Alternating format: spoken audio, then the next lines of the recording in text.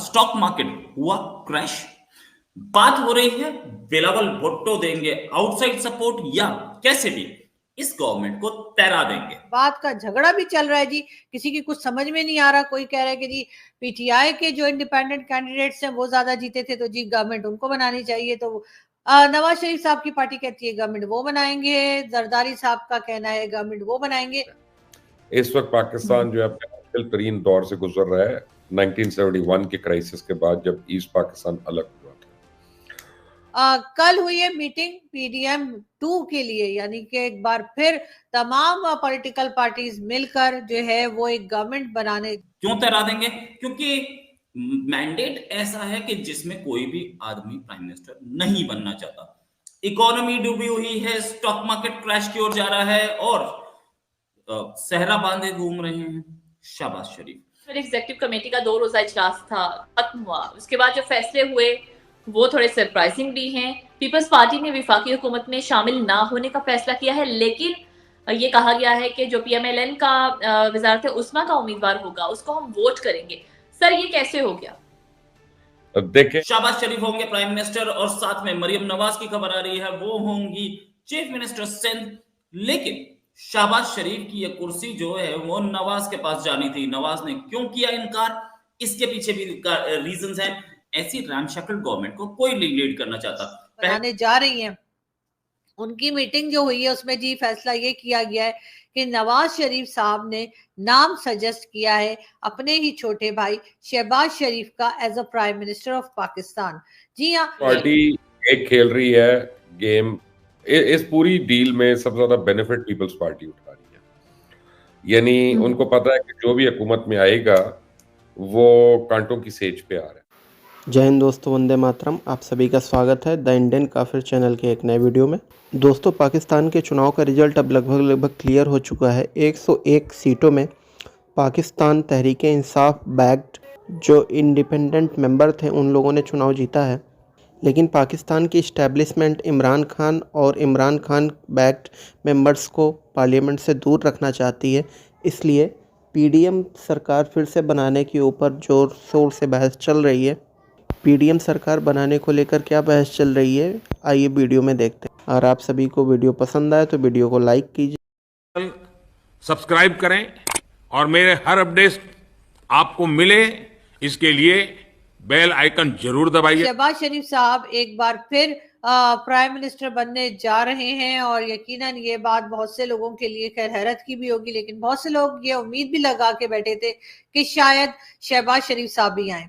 उसका रीजन यही है कि आप लोग जानते हैं कि शहबाज शरीफ साहब जब पहले प्राइम मिनिस्टर बने थे तब भी उन्होंने एस्टेब्लिशमेंट की बहुत खातिर की थी, बहुत तारीफें की थी और एक तरह से वो यही कहते थे कि जी मैं तो एस्टेब्लिशमेंट का बंदा हूँ, जी मैं तो फौज का बंदा हूँ, जी मैं तो उनका स्पोक्स पर्सन हूँ, या कुछ ना कुछ इस किस्म की बातें किया करते थे। और इस वक्त भी यही लग रहा है कि कहीं ना कहीं नवाज शरीफ साहब के साथ हाथ हो गया है।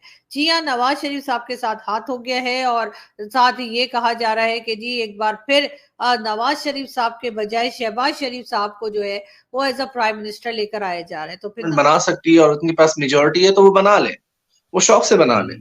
लेकिन अगर नहीं है तो फिर पीपल्स पार्टी और मुस्लिम लीग नून बना सकते थे गवर्नमेंट, और पीडीएम तरह की एक और गवर्नमेंट हमारे सामने आ सकती थी। लेकिन अब पीपल्स पार्टी की जानिब से वो रास्ता बंद कर दिया गया है रोहित। तो ये एक बहुत बड़ी चाल है उनकी और ये किसी हद तक बड़े कामयाब रहे इसमें। आप बोल रहे हैं इमरजेंसी लग सकती है, कितने % चांसेस है कि इमरजेंसी लग जाए? मैं आपको उसका रीजन बता रहा हूं। देखिए, गवर्नमेंट बन सकती थी पाकिस्तान पीपल्स पार्टी की, पाकिस्तान मुस्लिम लीग नवाज की, एक पीडीएम टाइप की, जो कि तमाम स्टेक होल्डर्स को मिलाकर वो एक कलेक्टिव, एक मखलूत हुकूमत बना सकते थे।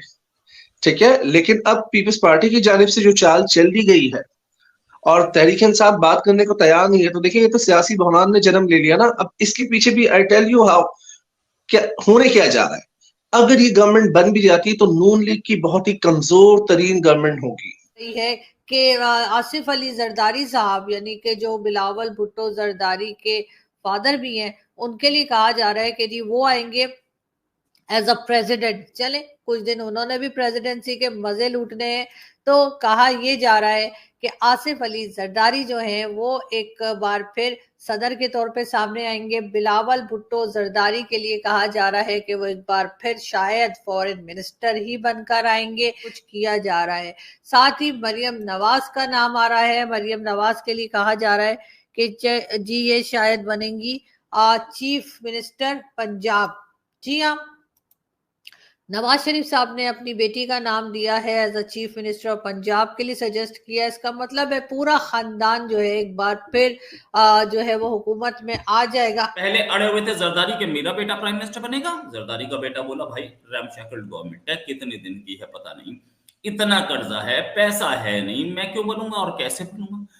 पीछे हटने का रीजन साफ साफ कि ये कांटो भरा तख्त कौन लेगा।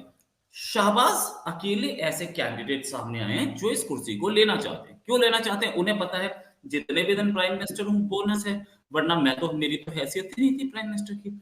मेरा ये अपनी पार्टी की तरफ से मेरा बड़ा भाई बनेगा, या इसके बाद मरियम बनेंगी, और दूसरी पार्टी में मैं कहीं जा नहीं सकता, अपनी एक अलग पार्टी बना के इलेक्शन लड़ो तो सीट नहीं आएंगे। उनके लिए जो भी है, उनके लिए बोनस डेज हैं, तो वो इन बोनस डेज का लुत्फ उठाने के लिए पहुंच जाएंगे। साहब मैंडेट तो किसी और का था, कैदी नंबर 804 का।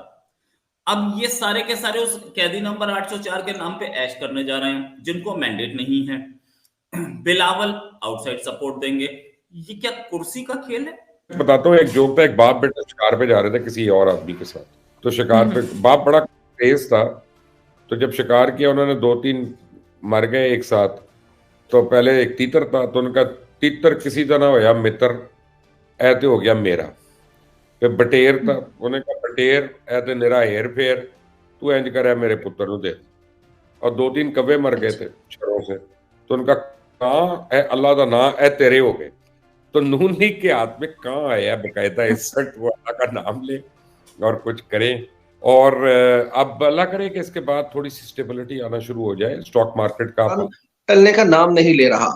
ये मैं आपको बड़ा क्लियर बता रहा हूँ कि रास्ते और हालात मामलात ऐसे ही नजर आ रहे हैं कि हो सकता है कि अगर ये सियासी बहरान जो है ये अगर इन्हीं एक हफ्ते के अंदर हल नहीं हुआ, तो मुझे ऐसा लगता है कि इमरजेंसी डिक्लेयर की जा सकती है पाकिस्तान में।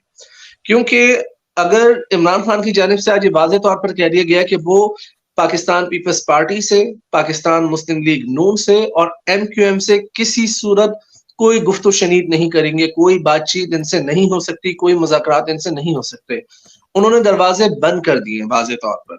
अब जो आज बैरिस्टर गौहर साहब ने फॉर्म 45 के थ्रू कहा, तो अगर वो सुप्रीम कोर्ट में जाकर चैलेंज करते भी हैं, तो सिंध में भी जो PTI के जो मेंबरान है उन्होंने जो नताइज को चैलेंज किया है, उस पर सुप्रीम कोर्ट ने उनकी दरखास्त निपटाकर खराब हो गया।